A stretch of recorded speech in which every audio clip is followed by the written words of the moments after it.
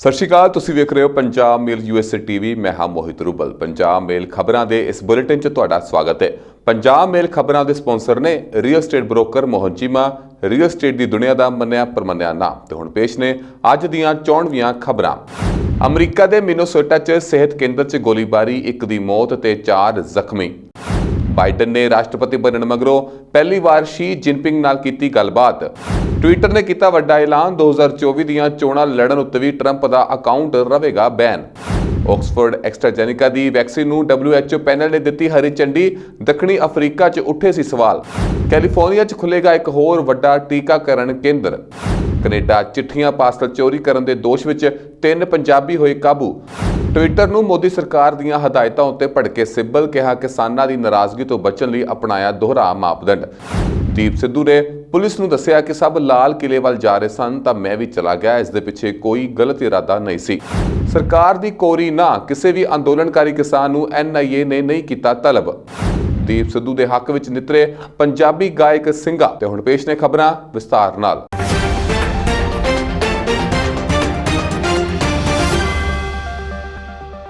America ਦੇ Minnesota ਸੂਬੇ ਦੇ ਬਫੈਲੋ 'ਚ ਇੱਕ ਸਿਹਤ ਕੇਂਦਰ ਵਿੱਚ ਮੰਗਲਵਾਰ ਨੂੰ ਹੋਈ ਗੋਲੀਬਾਰੀ 'ਚ ਇੱਕ ਵਿਅਕਤੀ ਦੀ ਮੌਤ ਹੋ ਗਈ, ਜਦਕਿ 4 ਲੋਕ ਜ਼ਖਮੀ ਹੋ ਗਏ। ਦੱਸਿਆ ਜਾ ਰਿਹਾ ਹੈ ਕਿ ਸਿਹਤ ਕੇਂਦਰ 'ਚ ਮਿਲੇ ਇਲਾਜ ਤੋਂ ਨਾਖੁਸ਼ 67 ਵਿਅਕਤੀਆਂ ਨੇ ਗੋਲੀਬਾਰੀ ਕੀਤੀ। ਅਧਿਕਾਰੀਆਂ ਨੇ ਦੱਸਿਆ ਕਿ ਬੰਬ ਤਕਨੀਸ਼ੀਅਨ ਉਸ ਥਾਂ ਤੋਂ ਮਿਲੇ ਸ਼ੱਕੀ ਉਪਕਰਨ ਅਤੇ ਹੋਰ ਵਸਤਾਂ ਦੀ ਜਾਂਚ ਕਰ ਰਹੇ ਹਨ ਜਿੱਥੇ ਇਹ ਵਿਅਕਤੀ ਠਹਿਰਿਆ ਹੋਇਆ ਸੀ। ਉਹਨਾਂ ਨੇ ਕਿਹਾ ਕਿ 50 ਪੀੜਤਾਂ ਨੂੰ ਹਸਪਤਾਲ ਲਿਜਾਇਆ ਗਿਆ ਹੈ। ਹਸਪਤਾਲ ਦੇ ਬੁਲਾਰੇ ਨੇ ਮੰਗਲਵਾਰ ਰਾਤ ਇੱਕ ਵਿਅਕਤੀ ਦੀ ਮੌਤ ਦੀ ਪੁਸ਼ਟੀ ਕੀਤੀ ਹੈ। 3 ਲੋਕਾਂ ਦੀ ਹਾਲਤ ਸਥਿਰ ਪਰ ਨਾਜ਼ੁਕ ਹੈ, ਜਦਕਿ ਚੌਥੇ ਵਿਅਕਤੀ ਨੂੰ ਛੁੱਟੀ ਦੇ ਦਿੱਤੀ ਗਈ ਹੈ। ਹਮਲਾਵਰ ਨੂੰ ਹਿਰਾਸਤ ਵਿੱਚ ਲੈ ਲਿਆ ਗਿਆ ਹੈ। ਬਫੈਲੋ ਪੁਲਿਸ ਵਿਭਾਗ ਦੇ ਦਫ਼ਤਰ ਦੀ ਪ੍ਰਬੰਧਕ ਕੈਲੀ ਪ੍ਰੈਸਟੀਜ ਨੇ ਦੱਸਿਆ ਕਿ ਮਿਨੀਆਪੋਲਿਸ ਤੋਂ 64 ਕਿਲੋਮੀਟਰ ਦੂਰ ਬਫੈਲੋ ਦੇ ਐਲੀਨਾ ਕਲੀਨਿਕ ਵਿੱਚ ਗੋਲੀਬਾਰੀ ਹੋਈ। ਇਸ ਸ਼ਹਿਰ ਦੀ ਆਬਾਦੀ ਕਰੀਬ 15,000 ਹੈ। ਸੰਘੀ ਜਾਂਚ ਬਿਊਰੋ ਦੇ ਬੁਲਾਰੇ ਕੈਵਿਨ ਸਮਿਥ ਨੇ ਕਿਹਾ ਕਿ ਏਜੰਸੀ ਦੇ ਮਾਹਰ ਘਟਨਾ ਸਥਾਨ ਲਈ ਰਵਾਨਾ ਹੋਏ ਹਨ, ਪਰ ਉਹਨਾਂ ਨੇ ਕਲੀਨਿਕ ਵਿੱਚ ਧਮਾਕੇ ਦੀਆਂ ਖਬਰਾਂ ਦੀ ਪੁਸ਼ਟੀ ਨਹੀਂ ਕੀਤੀ ਹੈ। ਅਮਰੀਕਾ ਦੇ ਰਾਸ਼ਟਰਪਤੀ ਜੋ ਬਾਈਡਨ ਨੇ ਚੀਨ ਦੇ ਰਾਸ਼ਟਰਪਤੀ ਸ਼ੀ ਜਿਨਪਿੰਗ ਨਾਲ ਫੋਨ ਉੱਤੇ ਗੱਲਬਾਤ ਕੀਤੀ ਹੈ। ਚੀਨੀ ਨਵੇਂ ਸਾਲ ਉੱਤੇ ਉਹਨਾਂ ਨੇ ਪਹਿਲੀ ਵਾਰ ਚੀਨੀ ਰਾਸ਼ਟਰਪਤੀ ਨਾਲ ਗੱਲ ਕਰਕੇ ਉਹਨਾਂ ਨੂੰ ਸ਼ੁਭਕਾਮਨਾਵਾਂ ਦਿੱਤੀਆਂ। ਉਹਨਾਂ ਨੇ ਚੀਨ ਦੀਆਂ ਆਰਥਿਕ ਨੀਤੀਆਂ, ਮਨੁੱਖੀ ਅਧਿਕਾਰ ਉਲੰਘਣਾ ਅਤੇ ਤਾਇਵਾਨ ਨੂੰ ਧਮਕਾਉਣ ਦਾ ਮੁੱਦਾ ਚੀਨ ਸਾਹਮਣੇ ਚੁੱਕਿਆ। ਇੱਥੇ ਦੱਸ ਦਈਏ ਕਿ ਚੀਨ ਦਾ ਲੂਨਰ ਨਿਊ ਈਅਰ ਦੁਨੀਆ ਦੇ ਸਭ ਤੋਂ ਰੰਗੀਨ ਤਿਉਹਾਰਾਂ ਵਿੱਚ ਇੱਕ ਮੰਨਿਆ ਜਾਂਦਾ ਹੈ, ਜਿਸ ਦੀ ਚਰਚਾ ਦੁਨੀਆ ਭਰ ਦੇ ਲੋਕਾਂ ਵਿੱਚ ਹੁੰਦੀ ਹੈ। ਚੀਨੀ ਨਵੇਂ ਸਾਲ ਦੀ ਸ਼ੁਰੂਆਤ ਚੰਨ ਉੱਤੇ ਆਧਾਰਿਤ ਕੈਲੰਡਰ ਦੇ ਪਹਿਲੇ ਮਹੀਨੇ ਦੀ ਪਹਿਲੀ ਤਰੀਕ ਉੱਤੇ ਹੁੰਦੀ ਹੈ। ਲੂਨਰ ਨਿਊ ਈਅਰ ਉਤਸਵ 15 ਦਿਨਾਂ ਤੱਕ ਚੱਲਣ ਦੇ ਬਾਅਦ ਲਾਲਟਨ ਉਤਸਵ ਨਾਲ ਖਤਮ ਹੁੰਦਾ ਹੈ। ਬਾਈਡਨ ਨੇ ਟਵੀਟ ਕੀਤਾ ਕਿ ਮੈਂ ਅੱਜ ਰਾਸ਼ਟਰਪਤੀ ਸ਼ੀ ਜਿਨਪਿੰਗ ਨਾਲ ਗੱਲ ਕਰਕੇ ਚੀਨੀ ਲੋਕਾਂ ਨੂੰ ਲੂਨਰ ਨਿਊ ਈਅਰ ਦੀਆਂ ਸ਼ੁਭਕਾਮਨਾਵਾਂ ਦਿੱਤੀਆਂ ਨੇ। ਮੈਂ ਚੀਨ ਦੀਆਂ ਆਰਥਿਕ ਨੀਤੀਆਂ, ਮਨੁੱਖੀ ਅਧਿਕਾਰ ਉਲੰਘਣਾ ਅਤੇ ਤਾਇਵਾਨ ਨੂੰ ਧਮਕਾਉਣ ਉੱਤੇ ਚਿੰਤਾ ਵੀ ਜ਼ਾਹਰ ਕੀਤੀ ਹੈ। ਮੈਂ ਉਹਨਾਂ ਨੂੰ ਦੱਸਿਆ ਕਿ ਜਦੋਂ ਅਮਰੀਕੀ ਲੋਕਾਂ ਨੂੰ ਫਾਇਦਾ ਹੋਵੇਗਾ ਤਾਂ ਮੈਂ ਚੀਨ ਨਾਲ ਕੰਮ ਕਰਾਂਗਾ।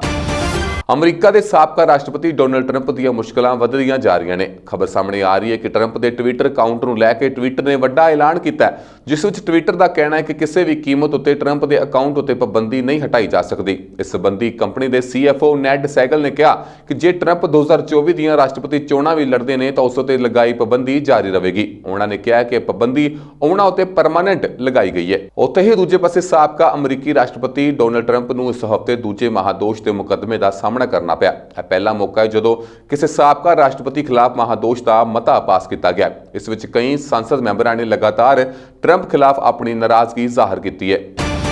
ਵਿਸ਼ਵ ਸਿਹਤ ਸੰਗਠਨ ਦੇ ਪੈਨਲ ਨੇ ਆਕਸਫੋਰਡ ਐਸਟਰਾਜੈਨੇਕਾ ਦੀ ਵੈਕਸੀਨ ਵੱਡੇ ਪੱਧਰ ਉੱਤੇ ਵਰਤੋਂ ਨੂੰ ਪ੍ਰਵਾਨਗੀ ਦੇ ਦਿੱਤੀ ਹੈ। ਇਸ ਵੈਕਸੀਨ ਪ੍ਰੋਜੈਕਟ ਵਿੱਚ ਭਾਰਤ ਦਾ ਸੀਰਮ ਇੰਸਟੀਚਿਊਟ ਆਫ ਇੰਡੀਆ ਵੀ ਭਾਈਵਾਲ ਰਿਹਾ ਹੈ। ਦੁਨੀਆ ਦੇ ਸਭ ਤੋਂ ਵੱਡੇ ਵੈਕਸੀਨ ਨਿਰਮਾਤਾ ਸੀਰਮ ਇੰਸਟੀਚਿਊਟ ਨੇ ਭਾਰਤ ਵਿੱਚ ਇਸ ਵੈਕਸੀਨ ਦਾ ਟ੍ਰਾਇਲ ਕੀਤਾ ਸੀ। ਸੀਰਮ ਇੰਸਟੀਚਿਊਟ ਇਸ ਵੈਕਸੀਨ ਨੂੰ ਕੋਵਿਸ਼ੀਲਡ ਦੇ ਨਾਮ ਨਾਲ ਵੇਚ ਰਿਹਾ ਹੈ। ਭਾਰਤ ਵਿੱਚ ਕੋਵੈਕਸਿਨ ਤੋਂ ਇਲਾਵਾ ਇਸ ਵੈਕਸੀਨ ਨੂੰ ਵੀ ਐਮਰਜੈਂਸੀ ਵਰਤੋਂ ਦੀ ਇਜਾਜ਼ਤ ਮਿਲ ਗਈ ਹੈ। ਦਰਅਸਲ ਵਿਸ਼ਵ ਸਿਹਤ ਸੰਗਠਨ ਦੇ ਪੈਨਲ ਨੇ ਬੁੱਧਵਾਰ ਨੂੰ ਇਸ ਵੈਕਸੀਨ ਨੂੰ 65 ਸਾਲ ਜਾਂ ਇਸ ਤੋਂ ਵੱਧ ਉਮਰ ਦੇ ਲੋਕਾਂ ਲਈ ਸੁਰੱਖਿਅਤ ਐਲਾਨ ਕੀਤਾ ਹੈ। ਪੈਨਲ ਨੇ ਕਿਹਾ ਕਿ ਇਸ ਵੈਕਸੀਨ ਦੇ 2 ਸ਼ਾਟ ਲੈਣਾ ਜ਼ਰੂਰੀ ਹੈ। ਦੋਵਾਂ ਸ਼ਾਟਾਂ ਵਿਚਕਾਰ ਦਾ ਸਮਾਂ 8 ਤੋਂ 12 ਹਫ਼ਤਿਆਂ ਦੱਸਿਆ ਜਾ ਰਿਹਾ। ਇਸ ਸੰਬੰਧੀ WHO ਦੇ strategic adviser group of expert and immunisation ਨੇ ਕਿਹਾ ਕਿ ਹਰ ਜਗ੍ਹਾ ਵਿੱਚ ਇਹ ਸਵਾਲ ਪੁੱਛੇ ਜਾ ਰਹੇ ਹਨ ਕਿ ਇਹ ਵੈਕਸੀਨ ਅਫਰੀਕੀ ਸਟ੍ਰੇਨ ਉੱਤੇ ਕਿੰਨੀ ਪ੍ਰਭਾਵਸ਼ਾਲੀ ਹੋਵੇਗੀ।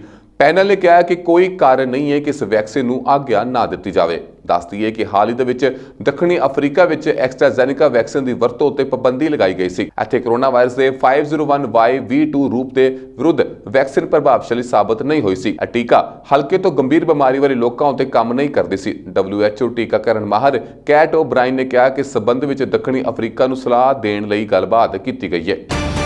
ਰਾਸ਼ਟਰਪਤੀ ਜੋ ਬਾਈਡਨ ਦੁਆਰਾ ਦੇਸ਼ ਵਿੱਚ ਕਰੋਨਾ ਟੀਕਾਕਰਨ ਪ੍ਰਕਿਰਿਆ ਨੂੰ ਤੇਜ਼ ਕਰਨ ਲਈ ਹਰ ਸੰਭਵ ਯਤਨ ਕੀਤੇ ਜਾ ਰਹੇ ਨੇ। ਇਹਨਾਂ ਯਤਨਾਂ ਵਿੱਚੋਂ ਇੱਕ ਦੇਸ਼ ਭਰ ਵਿੱਚ ਕਰੋਨਾ ਟੀਕਾਕਰਨ ਕੇਂਦਰ ਖੋਲ੍ਹਣੇ ਹਨ ਤਾਂ ਕਿ ਜ਼ਿਆਦਾ ਲੋਕਾਂ ਨੂੰ ਵਾਇਰਸ ਦਾ ਟੀਕਾ ਲਗਾਇਆ ਜਾ ਸਕੇ। ਇਸ ਮੁਹਿੰਮ ਤਹਿਤ ਰਾਜਾਂ ਵਿੱਚ ਕਈ ਵੱਡੇ ਟੀਕਾਕਰਨ ਕੇਂਦਰ ਖੋਲ੍ਹੇ ਗਏ ਨੇ। ਇਸੇ ਹੀ ਲੜੀ ਤਹਿਤ ਕੈਲੀਫੋਰਨੀਆ ਸੂਬੇ ਨੂੰ ਇੱਕ ਹੋਰ ਵੱਡਾ ਵੈਕਸੀਨ ਕੇਂਦਰ ਮਿਲਣ ਜਾ ਰਿਹਾ ਹੈ। ਇਸ ਸੰਬੰਧੀ ਕੈਲੀਫੋਰਨੀਆ ਦੇ ਅਸੈਂਬਲੀ ਮੈਂਬਰ ਦੇ ਇੱਕ ਬੁਲਾਰੇ ਨੇ ਸੋਮਵਾਰ ਨੂੰ ਪੁਸ਼ਟੀ ਕਰਦੇ ਦੱਸਿਆ ਕਿ ਸੂਬੇ ਦੀ ਕਾਉਂਟੀ ਫ੍ਰਿਜ਼ਨੋ ਨੂੰ ਓਕਲੈਂਡ ਅਤੇ ਸੈਨ ਡਿਏਗੋ ਵਿਚਲੇ ਟੀਕਾਕਰਨ ਕੇਂਦਰਾਂ ਦੇ ਨਾਲ ਮਿਲਦੀ ਜੁਲਦੀ ਰਾਜ ਦੀ ਜਨਤਕ ਕੋਵਿਡ-19 ਟੀਕਾਕਰਨ ਸਾਈਟ ਮਿਲੇਗੀ। ਇਸ ਨਵੇਂ ਕੇਂਦਰ ਲਈ ਸਹੀ ਜਗ੍ਹਾ ਦੀ ਪੁਸ਼ਟੀ ਅਜੇ ਨਹੀਂ ਹੋ ਸਕੀ, ਪਰ ਡੈਮੋਕ੍ਰੇਟ ਅਰੇਮਬੁਲਾ ਲਈ ਕੰਮ ਕਰਨ ਵਾਲੇ ਫਲੀਸੀਆ ਮੈਟਲੋਸ ਅਨੁਸਾਰ ਇਸ ਕੇਂਦਰ ਲਈ ਫ੍ਰਿਜ਼ਨੋ ਇੱਕ ਨਵਾਂ ਢੁਕਵਾਂ ਸਥਾਨ ਹੋਵੇਗਾ। ਕੈਲੀਫੋਰਨੀਆ ਦੇ ਗਵਰਨਰ ਗੈਵਿਨ ਨਿਊਸਮ ਨੇ ਵੀ ਸੋਮਵਾਰ ਨੂੰ ਘੋਸ਼ਣਾ ਕਰਦਿਆਂ ਦੱਸਿਆ ਕਿ ਇੱਕ ਵਿਸ਼ਾਲ ਟੀਕਾਕਰਨ ਕੇਂਦਰ ਸੈਂਟਰਲ ਵੈਲੀ ਵਿੱਚ ਖੋਲ੍ਹਿਆ ਜਾਵੇਗਾ। ਨਿਊਸਮ ਨੇ ਜਾਣਕਾਰੀ ਦਿੱਤੀ ਹੈ ਕਿ ਰਾਜ ਨੇ ਕੋਵਿਡ-19 ਛੋਟ ਲੈਣ ਦੇ ਚਾਹਵਾਨ ਲੋਕਾਂ ਦੀ ਗਿਣਤੀ ਵਧਾਉਣ ਲਈ ਰਾਜ ਭਰ ਵਿੱਚ 110 ਕਮਿਊਨਿਟੀ ਸੰਗਠਨਾਂ ਨਾਲ ਭਾਈਵਾਲੀ ਕੀਤੀ ਹੈ ਅਤੇ ਗਵਰਨਰ ਅਨੁਸਾਰ ਸੈਂਟਰਲ ਵੈਲੀ ਵਿੱਚ ਅਗਲੇ ਕੁਝ ਦਿਨਾਂ ਦੌਰਾਨ ਇੱਕ ਨਵੀਂ ਵੈਕਸੀਨ ਸਾਈਟ ਦੀ ਘੋਸ਼ਣਾ ਕੀਤੀ ਜਾਵੇਗੀ। ਫ੍ਰਿਜ਼ਨੋ ਸਿਟੀ ਕਾਉਂਸਲ ਮੈਂਬਰ ਮਿਊਗਲ ਅਰੀਆਸ ਦੇ ਅਨੁਸਾਰ ਸ਼ਹਿਰ ਦੇ ਸੇਵ ਮਾਰਟ ਸੈਂਟਰ ਨੂੰ ਵੈਕਸੀਨ ਕੇਂਦਰ ਲਈ ਵਰਤਿਆ ਜਾ ਸਕਦਾ ਹੈ। ਇਸ ਲਈ ਸੇਵ ਮਾਰਟ ਸੈਂਟਰ ਨੂੰ ਨਵੇਂ ਕੇਂਦਰ ਦੀ ਜਗ੍ਹਾ ਲਈ ਪੇਸ਼ਕਸ਼ ਕੀਤੀ ਗਈ ਹੈ, ਜਦਕਿ ਵਾਇਰਸ ਸੰਬੰਧੀ ਆંકੜਿਆਂ ਅਨੁਸਾਰ ਫ੍ਰਿਜ਼ਨੋ ਕਾਉਂਟੀ ਨੇ ਸੋਮਵਾਰ ਨੂੰ ਕੋਵਿਡ-19 ਦੇ 671 ਨਵੇਂ ਕੇਸ ਦਰਜ ਕੀਤੇ ਹਨ, ਜਿਸ ਨਾਲ ਕਾਉਂਟੀ ਵਿੱਚ ਮਾਰਚ ਤੋਂ ਬਾਅਦ ਕੁੱਲ ਮਾਮਲੇ ਤਕਰੀਬਨ 91,184 ਹੋ ਚੁੱਕੇ ਹਨ। ਬਰੈਂਪਟਨ ਦੇ ਟਾਊਨ ਕੈਲੇਡਨ ਅਤੇ ਨੇੜਲੇ ਖੇਤਰਾਂ ਵਿੱਚ ਡਾਕ ਡੱਬਿਆਂ 'ਚੋਂ ਚਿੱਠੀਆਂ ਪਾਰਸਲਾਂ ਦੀਆਂ ਚੋਰੀਆਂ ਦੇ ਸਬੰਧ ਵਿੱਚ ਸ਼ੱਕੀ 4 ਜਣਿਆਂ ਵਿੱਚੋਂ 3 ਪੰਜਾਬੀ ਨੌਜਵਾਨਾਂ ਨੂੰ ਪੁਲਿਸ ਨੇ ਹਿਰਾਸਤ ਵਿੱਚ ਲੈ ਲਿਆ। ਫੜੇ ਗਏ ਵਿਅਕਤੀਆਂ ਦੀ ਪਛਾਣ ਬਰੈਂਪਟਨ ਦੇ ਧਰਮਿੰਦਰ ਗਰੇਵਾਲ, ਨਵਜੋਤ ਸਿੱਧੂ ਅਤੇ ਉਦਮਵੀਰ ਸਿੰਘ ਵਜੋਂ ਹੋਈ ਹੈ। ontario ਸੂਬਾਈ ਪੁਲਿਸ ਵੱਲੋਂ ਫਰਵਰੀ ਨੂੰ ਮੈਫੀਲਡ ਹੁਰ ontario ਵਿਖੇ ਡਾਕ ਡੱਬਿਆਂ ਦੀ ਚੋਰੀ ਕਰਦੇ 4 ਜਣੇ ਫੜੇ ਗਏ ਸਨ। ਇਹਨਾਂ ਵਿੱਚੋਂ 3 ਉੱਤੇ ਦੋਸ਼ ਲੱਗੇ ਹਨ ਅਤੇ ਇਹਨਾਂ ਦੀ 22 ਅਪ੍ਰੈਲ 2021 ਨੂੰ ਔਰੰਜਵਿਲ ਕਚਹਿਰੀ ਵਿਖੇ ਪੇਸ਼ੀ ਹੈ। ਇੱਥੇ ਇਹ ਵੀ ਦੱਸਣਾ ਬਣਦਾ ਹੈ ਕਿ ਪਿਛਲੇ ਸਮੇਂ ਦੌਰਾਨ ਡਾਕ ਡੱਬਿਆਂ ਦੀਆਂ ਚੋਰੀਆਂ ਤੇ ਭੰਨ-ਤੋੜ ਦੇ ਮਾਮਲਿਆਂ ਵਿੱਚ ਤੇਜ਼ੀ ਵੇਖਣ ਨੂੰ ਮਿਲ ਰਹੀ ਹੈ। ਕੈਨੇਡੀਅਨ ਪੁਲਿਸ ਨੇ ਮੈਕਸੀਕੋ ਤੋਂ ਮਨੁੱਖੀ ਤਸਕਰੀ ਕਰਨ ਵਾਲੇ 6 ਤਸਕਰਾਂ ਨੂੰ ਕਾਬੂ ਕੀਤਾ ਹੈ। ਪੁਲਿਸ ਨੇ ਦੱਸਿਆ ਕਿ ਮੈਕਸੀਕੋ ਤੋਂ ਲਗਭਗ 80 ਵਿਅਕਤੀਆਂ ਦੀ ਤਸਕਰੀ ਕਰਕੇ ਕੈਨੇਡਾ ਲਿਆਂਦਾ ਗਿਆ। ਪੁਲਿਸ ਮੁਤਾਬਕ ਵਿਦੇਸ਼ੀ ਮੂਲ ਦੇ ਲੋਕ ਯਾਤਰੀਆਂ ਲੱਡੋ, ਟੋਰਾਂਟੋ, ਹੈਮਿਲਟਨ ਅਤੇ ਮੌਂਟਰੀਅਲ ਹਵਾਈ ਅੱਡਿਆਂ ਉੱਤੇ ਪੁੱਜੇ ਅਤੇ ਇੱਥੋਂ ਏਜੰਸੀਆਂ ਲਈ ਉਹਨਾਂ ਨੂੰ ਭੇਜਿਆ ਗਿਆ। ਜਾਂਚ ਵਿੱਚ ਪਤਾ ਲੱਗਾ ਕਿ ਇਹਨਾਂ ਲੋਕਾਂ ਨੂੰ ਜੁਲਾਈ ਤੇ ਸਤੰਬਰ 2019 ਵਿੱਚ ਪੁਲਿਸ ਨੇ ਲੱਭਿਆ ਅਤੇ ਇਹ 80 ਵਿਦੇਸ਼ੀ ਲੋਕ ਮਿਲਟਨ ਵਿੱਚੋਂ ਮਿਲੇ ਤੇ ਇਹਨਾਂ ਦੇ ਸੌਣ ਵਾਲੇ ਬੈੱਡ ਖਟਮਲ, ਕਾਕਰੋਚ ਅਤੇ ਹੋਰ ਕੀੜਿਆਂ ਨਾਲ ਭਰੇ ਹੋਏ ਸਨ। ਇਹਨਾਂ ਵਿੱਚ ਕੁਝ ਨੋਰਾ ਸਰਵਿਸਿਸ, ਟ੍ਰਿਲੀਓ ਮੈਨੇਜਮੈਂਟ ਤੇ ਬ੍ਰਾਇਨ ਐਂਟਰਪ੍ਰਾਈਜ਼ ਏਜੰਸੀ ਲਈ ਕੰਮ ਕਰਨ ਲਈ ਸੱਦੇ ਗਏ ਸਨ। ਮਾਊਂਟੀਜ਼ ਅਤੇ ਕੈਨੇਡਾ ਬਾਰਡਰ ਸਰਵਿਸ ਏਜੰਸੀ ਨੇ ਕਿਹਾ ਕਿ ਇਹਨਾਂ ਲੋਕਾਂ ਦਾ ਸ਼ੋਸ਼ਣ ਕਰਨ ਲਈ ਵੀ ਇਸ ਤਰ੍ਹਾਂ ਲਿਆਂਦਾ ਗਿਆ ਹੈ ਤੇ 6 ਦੋਸ਼ੀਆਂ ਨੂੰ 8 ਮਾਰਚ ਨੂੰ ਅਦਾਲਤ ਵਿੱਚ ਪੇਸ਼ ਕੀਤਾ ਜਾਣਾ ਹੈ। ਸਥਾਨਕ ਪੁਲਿਸ ਤੇ ਬਾਰਡਰ ਪੁਲਿਸ ਨੇ ਦੱਸਿਆ ਕਿ ਉਹ ਸਾਂਝੇ ਤੌਰ ਉੱਤੇ ਇਸ ਦੀ ਜਾਂਚ ਕਰ ਰਹੇ ਨੇ। ਦਿੱਲੀ ਦੀਆਂ ਹੱਦਾਂ ਉੱਪਰ ਜਾਰੀ ਕਿਸਾਨ ਅੰਦੋਲਨ ਦਾ ਅੱਜ 78ਵਾਂ ਦਿਨ ਹੈ। ਸਰਕਾਰ ਦੇ ਰਵੱਈਏ ਨੂੰ ਵੇਖਦਿਆਂ ਕਿਸਾਨ ਹੁਣ ਅੰਦੋਲਨ ਨੂੰ ਤੇਜ਼ ਕਰਨ ਜਾ ਰਹੇ ਨੇ। 12 ਫਰਵਰੀ ਤੋਂ ਕਿਸਾਨ ਰਾਜਸਥਾਨ 'ਚ ਸਾਰੇ ਟੋਲ ਪਲਾਜ਼ਾ ਨੂੰ ਮੁਫਤ ਕਰਾਉਣਗੇ। 14 ਫਰਵਰੀ ਨੂੰ ਪੁਲਵਾਮਾ ਹਮਲੇ ਦੀ ਬਰਸੀ ਤੇ ਜਵਾਨਾਂ ਲਈ ਕੈਂਡਲ ਮਾਰਚ ਤੇ ਮਸ਼ਾਲ ਮਾਰਚ ਕੱਢਣ ਲਈ ਕਿਹਾ ਗਿਆ। ਹਰਿਆਣਾ, ਉੱਤਰ ਪ੍ਰਦੇਸ਼ ਤੋਂ ਬਾਅਦ ਅੱਜ ਕਿਸਾਨਾਂ ਵੱਲੋਂ ਪੰਜਾਬ ਦੇ ਜਗਰਾਓਂ ਵਿੱਚ ਵੀ ਮਹਾਪੰਚਾਇਤ ਦਾ ਸੱਦਾ ਦਿੱਤਾ ਗਿਆ ਸੀ, ਜਿੱਥੇ ਪੰਜਾਬ ਦੇ ਹਜ਼ਾਰਾਂ ਕਿਸਾਨਾਂ ਨੇ ਪਹੁੰਚ ਕੇ ਪੰਜਾਬ ਦੀ ਪਹਿਲੀ ਮਹਾਪੰਚਾਇਤ ਨੂੰ ਕਾਮਯਾਬ ਬਣਾਇਆ। ਇਸ ਮਹਾਪੰਚਾਇਤ ਵਿੱਚ ਕਿਸਾਨ ਆਗੂ ਦਰਸ਼ਨਪਾਲ ਸਿੰਘ, ਬਲਬੀਰ ਸਿੰਘ ਰਾਜੇਵਾਲ, ਜੋਗਿੰਦਰ ਸਿੰਘ ਉਗਰਾਹਾਂ, ਮਨਜੀਤ ਸਿੰਘ ਧਨੇਰ ਨੇ ਕਿਸਾਨਾਂ ਨੂੰ ਸੰਬੋਧਨ ਕੀਤਾ ਅਤੇ ਲੋਕਾਂ ਵਿੱਚ ਜੋਸ਼ ਭਰਦੇ ਹੋਏ ਅੰਦੋਲਨ ਵਿੱਚ ਡਟੇ ਰਹਿਣ ਲਈ ਆਖਿਆ। ਪਹਿਲਾਂ ਇਹ ਪੰਚਾਇਤ ਸਵੇਰੇ ਸ਼ੁਰੂ ਹੋਣੀ ਸੀ, ਪਰ ਧੁੰਦ ਦੇ ਕਾਰਨ ਇਹ ਦੁਪਹਿਰ ਨੂੰ ਮੁਕੰਮਲ ਹੋਈ। ਖੂਫੀਆ ਵਿਭਾਗ ਦੀਆਂ ਰਿਪੋਰਟਾਂ ਅਨੁਸਾਰ ਮਹਾਪੰਚਾਇਤ ਵਿੱਚ 30,000 ਦੇ ਕਰੀਬ ਲੋਕ ਪੁੱਜੇ ਸਨ। ਜ਼ਿਕਰਯੋਗ ਹੈ ਕਿ ਭਾਰਤ ਸਰਕਾਰ ਨੇ ਟਵਿੱਟਰ ਦੇ ਨੁਮਾਇੰਦੇ ਨਾਲ ਮੁਲਾਕਾਤ ਤੋਂ ਇੱਕ ਦਿਨ ਪਹਿਲਾਂ ਸਪਸ਼ਟ ਤੌਰ ਉੱਤੇ ਕਿਹਾ ਸੀ ਕਿ ਭਾਰਤ ਵਿੱਚ ਚੱਲ ਰਹੇ ਇਸ ਤਰ੍ਹਾਂ ਦੇ ਕਿਸੇ ਵੀ ਪਲੇਟਫਾਰਮ ਨੂੰ ਭਾਰਤ ਦੇ ਸੰਵਿਧਾਨ ਅਤੇ ਕਾਨੂੰਨਾਂ ਦੀ ਪਾਲਣਾ ਕਰਨੀ ਪਵੇਗੀ। ਇਸ ਦੇ ਨਾਲ ਹੀ ਉਹਨਾਂ ਇਹ ਵੀ ਨਾਰਾਜ਼ਗੀ ਜ਼ਾਹਰ ਕੀਤੀ ਹੈ ਕਿ ਹਾਲ ਹੀ ਵਿੱਚ ਸਰਕਾਰ ਦੇ ਨਿਰਦੇਸ਼ਾਂ ਦੇ ਬਾਵਜੂਦ ਟਵਿੱਟਰ ਨੇ ਬਹੁਤ ਸਾਰੇ ਅਕਾਊਂਟਸ ਦੇ ਖਿਲਾਫ ਇੱਕ ਲੰਮੇ ਸਮੇਂ ਬਾਅਦ ਅਤੇ ਬੇਮਨ ਤਰੀਕੇ ਨਾਲ ਕਾਰਵਾਈ ਕੀਤੀ ਸੀ। इस उत्ते हुण साबका सूचना ਅਤੇ संचार टैक्नोलॉजी मंत्री कपिल सिब्बल ने ट्विटर ਨੂੰ ਦਿੱਤੇ सरकारी निर्देशों का विरोध करदिਆਂ अपनी नाराजगी जाहिर की है। सिब्बल ने अपने एक बयान में कहा कि ट्विटर उत्ते एक पासड़ दबाव बनाना प्रगटावे की आज़ादी उत्ते हमला है। कपिल सिब्बल ने कहा कि जेकर सरकार ट्विटर उत्ते एक तरह के ट्वीट और ट्विटर अकाउंट को हटाने लिए दबाव पा रही है तो अपनी खुद की ट्रोल आर्मी विरुद्ध इसे तरह की कार्रवाई करने की क्यों नहीं मांग करती। सिब्बल ने दोष लाया है कि स्पष्ट है कि सरकार ट्विटर उत्ते दबाव पा रही है क्योंकि उन्होंने डर है कि अगलियां चोणां विच किसानां की नाराजगी का नुकसान ना सहना पवे। 26 जनवरी ਨੂੰ ट्रैक्टर परेड दौरान लाल किले ते हुई घटना के मामले में गिरफ्तार किए गए अदाकार दीप सिद्धू तो दिल्ली पुलिस ने पुछगिछ की है। पुछगिछ दौरान सिद्धू ने कहा कि हर कोई लाल किले जा रहा सी, इसलिए वह भी चला गया।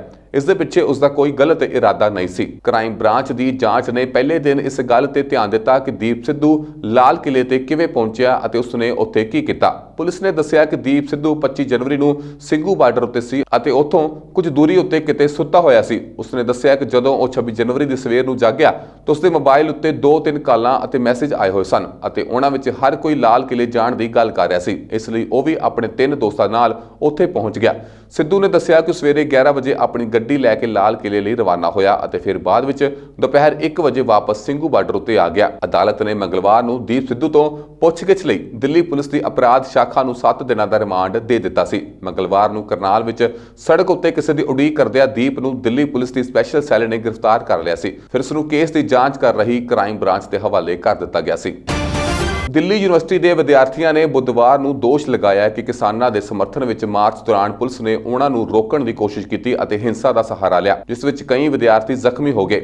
ऑल इंडिया स्टूडेंट्स एसोसीएशन के मैंबरां ਅਤੇ यूनिवर्सिटी के विद्यार्थियों ने नारेबाजी की और 3 खेतीबाड़ी कानूनों ਨੂੰ वापस लैण और सारे गिरफ्तार किए गए नेतावां की रिहाई की मंग करदिआं मार्च कढ़िया। ऑल इंडिया स्टूडेंट्स एसोसीएशन वालों जारी बयान अनुसार पुलिस ने वल्लभ भाई पटेल चैस्ट इंस्टीट्यूट से मार्च रोकने की कोशिश की, पर विद्यार्थियों ने कला की फैकल्टी वाल वधना जारी रखिया और फैकल्टी पहुंचण उत्ते पुलिस ने हिंसा का सहारा लिया, जिस करके कई विद्यार्थी जख्मी हो गए। दस दईए कि प्रदर्शनकारियों ने कला फैकल्टी वाल एक मार्च खत्म किया। हालांकि हिंसा बारे जदों एक पुलिस अधिकारी नाल संपर्क किया तो उसने लगे दोष नूं ठुकरा दिता, पर दिल्ली यूनिवर्सिटी के विद्यार्थियों ने आरोप लगाया कि दिल्ली पुलिस वालों उन्हां नूं किसानां दे समर्थन विच मार्च करन ते रोकण लई हिंसा का सहारा लिया गया, जिस दे चलदे कई विद्यार्थी जख्मी होए हन।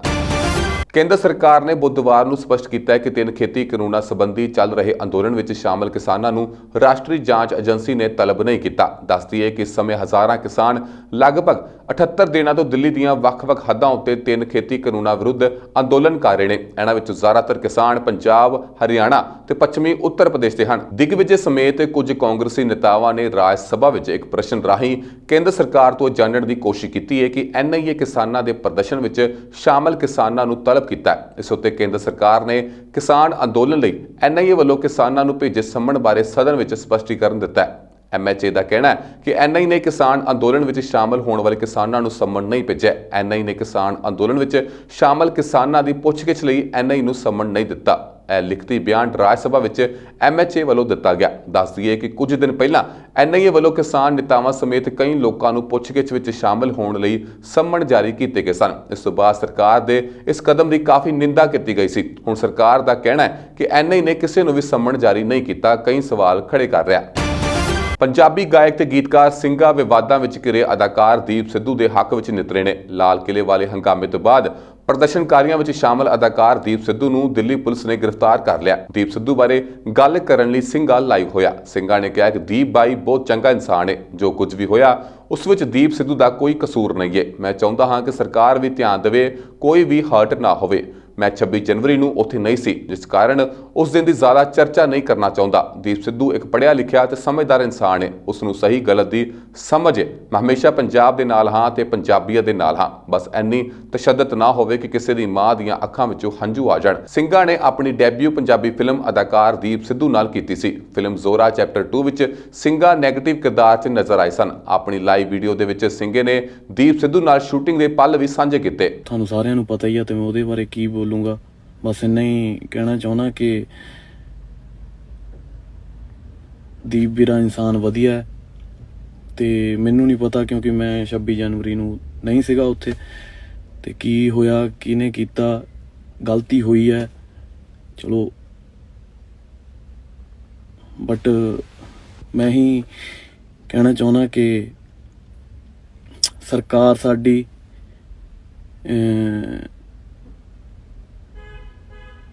ਪੂਰੀ ਸਪੋਰਟ ਕਰੇ, ਪੂਰਾ ਧਿਆਨ ਰੱਖੇ, ਕਿਸੇ ਨੂੰ ਕੁਛ ਹਾਰਟ ਨਾ ਹੋਵੇ। ਜਿੰਨੇ ਵੀ ਕਿਸਾਨ ਬੈਠੇ ਆ, ਆਪਣੇ ਵੀਰਾ ਵੀ ਆ ਜਾਂ ਹੋਰ ਵੀ ਅੰਦਰ ਵੀ ਗਏ ਨੇ ਜੋ ਇਸ ਸੰਘਰਸ਼ ਦੇ ਵਿੱਚ, ਸਾਰੇ ਆਪਣੇ ਹੀ ਆ, ਵੀਰ ਭਰਾਈ ਆ, ਤੇ ਸਾਰਿਆਂ ਦਾ ਧਿਆਨ ਰੱਖਿਆ ਜਾਵੇ, ਕਿਸੇ ਨੂੰ ਜਾਨੀ ਮਾਲੀ ਕਿਸੇ ਦਾ ਵੀ ਨੁਕਸਾਨ ਨਾ ਹੋਵੇ। ਸੋ ਮੈਂ ਸਰਕਾਰ ਨੂੰ ਵੀ ਇਹੀ ਬੇਨਤੀ ਕਰਦਾ ਕਿ ਕਦੇ ਕਦੇ ਬੰਦੇ ਤੋਂ ਉੱਦਾਂ ਦਾ ਹੁੰਦਾ, ਜਿਵੇਂ ਜਿਵੇਂ ਲੋਕ ਕਹਿੰਦੇ ਨੇ ਜਾਂ ਉਹਨਾਂ ਨਾਲ ਚੱਲਣਾ ਪੈਂਦਾ ਹੈ, ਕਿਉਂਕਿ ਸਾਰੇ ਜ਼ਿੰਮੇਵਾਰ ਹਾਂ ਅਸੀਂ। ਜੇ ਕੋਈ ਵੀ ਗੱਲ ਹੋਈ ਆ ਤਾਂ ਜਿੰਨੇ ਉੱਥੇ ਸੀਗੇ ਸਾਰੇ ਜ਼ਿੰਮੇਵਾਰ ਨੇ। ਬਾਕੀ ਮੈਂ ਤਾਂ ਇਹੀ ਕਹਿਣਾ ਕਿ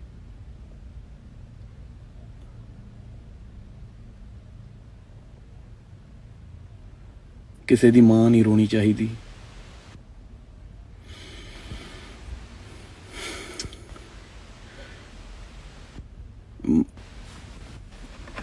ਜਦੋਂ ਕਿਸੇ ਮਾਂ ਦੀਆਂ ਅੱਖਾਂ 'ਚੋਂ ਹੰਝੂ ਡਿੱਗਦੇ ਨੇ ਨਾ, ਤਾਂ ਉਹ ਮਾਂ ਨਹੀਂ ਰੋਂਦੀ, ਉਹ ਰੱਬ ਰੋਂਦਾ ਹੈ।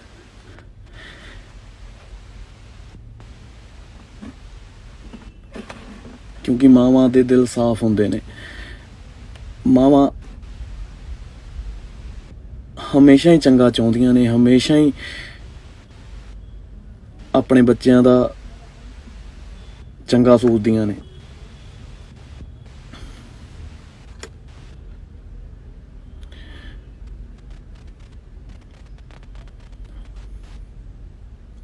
ਮੈਂ ਹਮੇਸ਼ਾ ਪੰਜਾਬ ਦੇ ਨਾਲ ਆ, ਪੰਜਾਬੀਅਤ ਦੇ ਨਾਲ ਆ, ਪੰਜਾਬ ਦੀਆਂ ਮਾਵਾਂ ਦੇ ਨਾਲ ਆ।